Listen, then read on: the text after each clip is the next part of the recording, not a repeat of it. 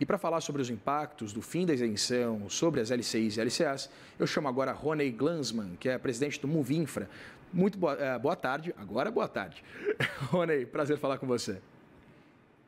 Oi, boa tarde, Vitor. Prazer estar aqui com vocês na CNN, comentando aí com relação a essa questão do IOF, que é um tema importante para o nosso país.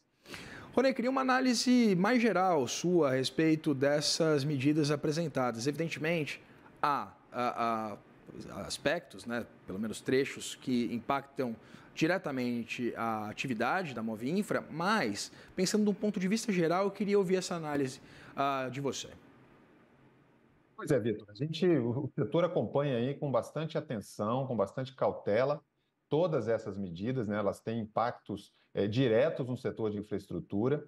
Importante a gente lembrar que a debênture de infraestrutura, a debênture incentivada, são dois tipos, né, de debêntures que a infraestrutura trabalha. Uma que já existe desde 2011, conhecida nacionalmente como debênture incentivada, e uma segunda, um segundo tipo de debênture que foi agora oriundo de uma lei de 2024.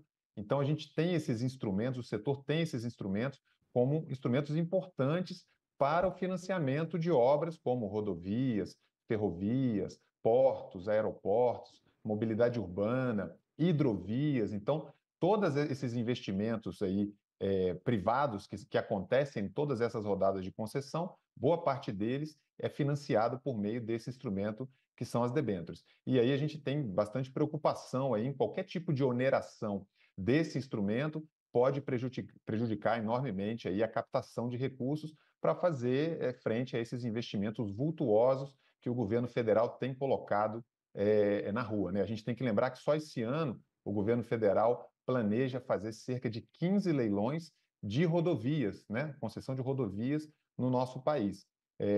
São mais de 160 bilhões de investimentos a serem contratados, né? O governo também fala de uma carteira de ferrovias com mais de 130 bilhões a serem contratados nos próximos anos, e tudo isso, né, todos esses investimentos, eles precisam do instrumento da debênture para poder ser financiado. Boa parte disso é financiado por meio de debêntures. E pensando nesse cenário mais macro, Rony, exatamente em linha com aquela restrição do ponto de vista de investimento do governo, eu queria entender qual pode ser o impacto exatamente para o setor de infraestrutura como um todo e, evidentemente, também para os novos projetos e a chance, inclusive, de que essas concessões privadas, até pelo custo, né, elevado, elas sejam, pelo menos, tenham um impacto negativo no andamento de novos projetos.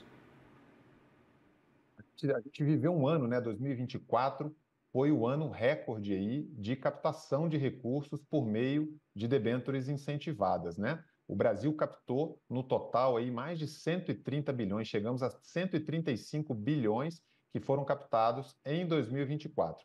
E a expectativa para 2025, ela tem sido muito promissora. A gente deve superar, né, se tudo caminhar conforme vem caminhando, a gente deve superar aí os 150 bilhões de investimento. A gente tem que lembrar de setores como saneamento, né, todos os setores de transportes, como eu comentei, tem toda a parte de energia elétrica, distribuição, transmissão, geração. Então, todos esses segmentos, eles se valem das debêntures de infraestrutura para poder suprir esse gap de investimentos que o Brasil historicamente carrega.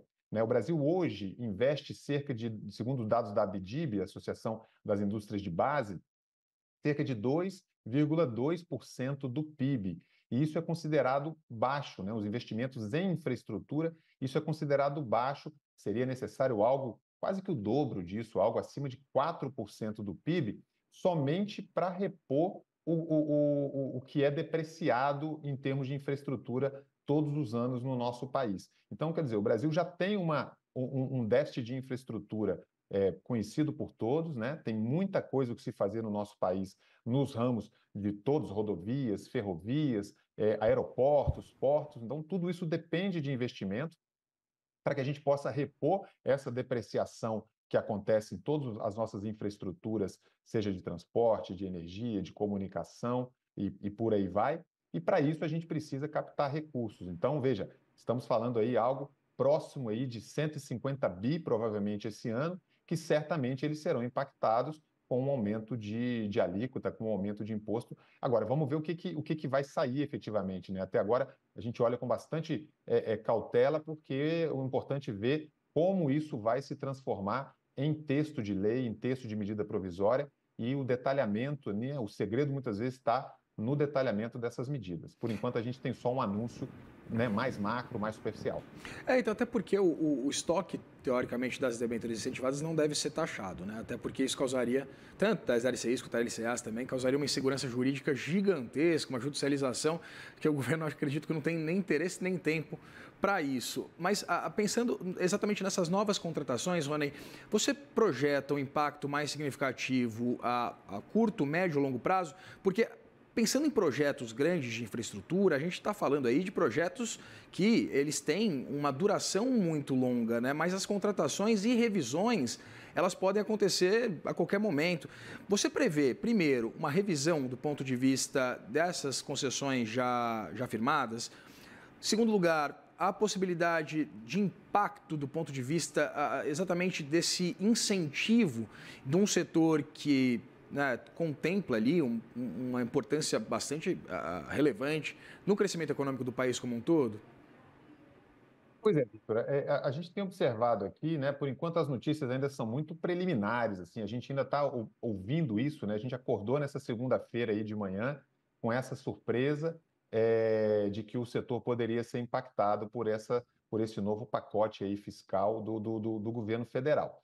Eu acho que, de fato, o que já está contratado, aparentemente, nos parece que não será afetado, afinal de contas, isso já está contratado, já tem os contratos em andamento. Mas o que acontece é que tem muitos processos em andamento no Brasil.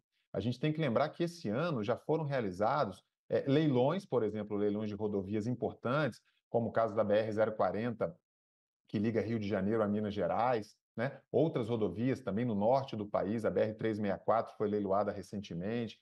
Algumas repactações de contrato têm acontecido por meio de processos em leilão em bolsa. Então, todos esses processos, eles já aconteceram e vão continuar acontecendo ao longo do ano, e os investidores que estão preparando as suas propostas, eles estão agora numa insegurança muito grande, né? Porque eles fizeram suas contas alguns meses atrás, prepararam suas propostas, avaliaram ali os investimentos necessários, a forma de captação desses recursos, mas não se considerava, em hipótese alguma, uma eventual mexida nas alíquotas aí de imposto de renda que incidem com relação a essas debêntures. Então, agora isso tudo vai ter que ser recalculado, as propostas já foram dadas, já foram colocadas, e vamos ver como é que vai ficar essa discussão, como é que isso vai ser endereçado. E a gente tem a preocupação também para os próximos leilões, quer dizer, aqueles que ainda não foram na Bolsa de Valores, ainda não tem uma proposta, mas que certamente os investidores vão ter que sentar novamente, voltar para a prancheta, voltar para a planilha, para poder refazer seus cálculos,